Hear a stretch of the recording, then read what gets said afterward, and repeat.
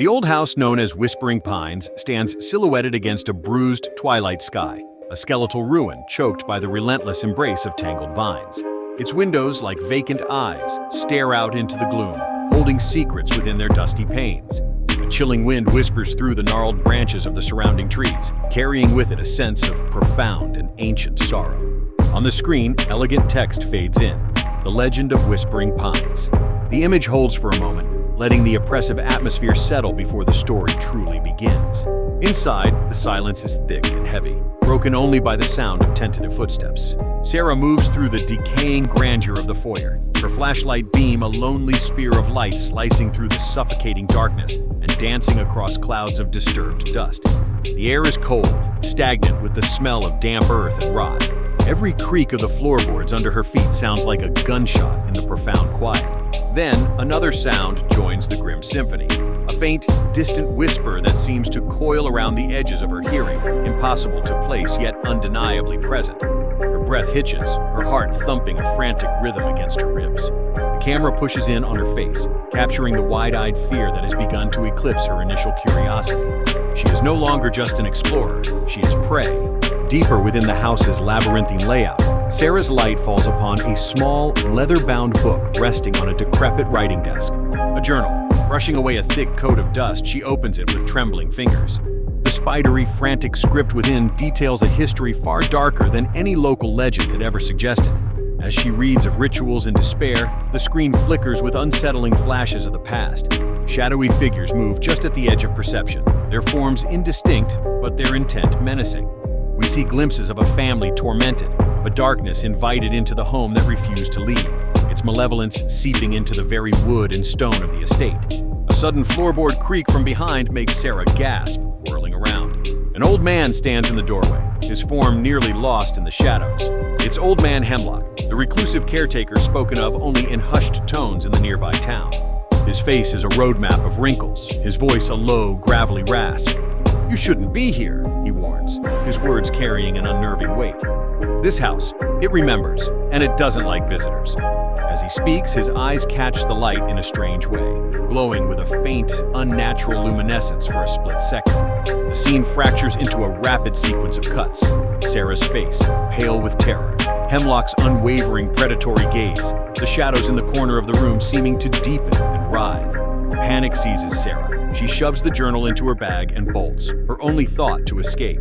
The house seems to conspire against her as she flees, the whispers now a cacophony of angry voices swirling around her. She is pursued not just by the memory of Hemlock's glowing eyes, but by something more, an unseen force that slams doors and sends objects crashing down around her. The chase is a high-paced, claustrophobic nightmare through narrow, twisting corridors that seem to shift and change.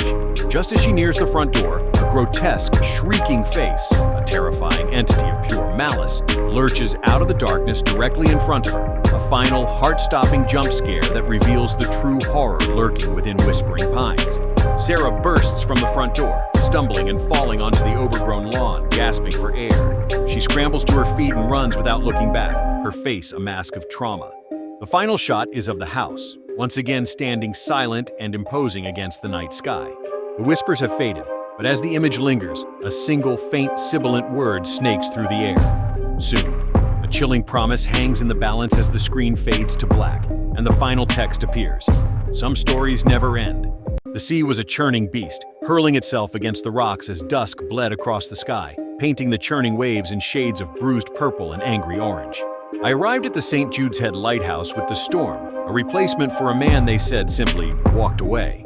Inside, the air was thick with salt and loneliness, a silence so profound it felt like a weight. On the small oak desk in the living quarters, beneath a fine layer of sea-damp dust, lay a thick, leather-bound logbook. Its pages were brittle, filled with the spidery scrawl of my predecessor, a man named Alistair Finch. I settled into the worn chair, the wind whistling a mournful tune through the tower's iron bones, and began to read, seeking some small piece of the man whose life I had inherited. The early entries were mundane, detailing weather patterns, supply shipments, and the rhythmic, comforting sweep of the lantern. But as I turned the pages, a subtle shift occurred. The handwriting grew more frantic. The ink bled as if pressed by a trembling hand. Alistair wrote of sounds, faint at first, like claws scraping against the stone base of the tower, always carried on the wind during the fiercest gales. He mentioned fleeting movements glimpsed at the edge of his vision, shadows that danced in the lantern room, just beyond the glass, where no shadow should be. One entry, dated a month before my arrival, was barely legible.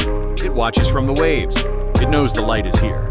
It wants to come inside. The final pages were filled with scrawled symbols and a single repeated phrase: "Don't let the darkness in." Just as I read those words, a deafening crack of thunder shook the lighthouse to its very foundation. The nascent storm had grown into a full-blown tempest, a maelstrom of wind and rain that seemed intent on tearing St. Jude's head from its rocky perch. My heart hammered against my ribs, a frantic drumbeat against the symphony of the squall. That's when I heard it, a faint, rhythmic scratching, not from the base of the tower, but from directly outside the lantern room. It was a sound of patient, determined abrasion, like nails dragging slowly, deliberately across the thick glass panes high above the raging sea. My breath caught in my throat. I forced myself to stand, my legs unsteady, and slowly ascended the winding iron staircase. The beam of the lantern cut through the torrential downpour in a hypnotic sweep. As my eyes adjusted to the strobe-like effect, my gaze was drawn to the walkway outside. There, illuminated for a fraction of a second with each rotation of the light, stood a figure. It was impossibly tall and thin, its limbs elongated and twisted at unnatural angles. It wasn't a man. It was a silhouette of pure black, a void against the storm, its head tilted as if listening, its long, spindly fingers pressed against the glass, right where I'd heard the scratching. The storm eventually broke with the dawn, leaving behind a placid gray sea and an unnerving quiet. The sun, a pale disk in the sky, did little to warm the chill that had settled deep within my bones. I now sit at the small oak desk, the very same one where Alistair wrote his final, desperate warnings. My own hand feels foreign as it grips the pen, adding my story to his.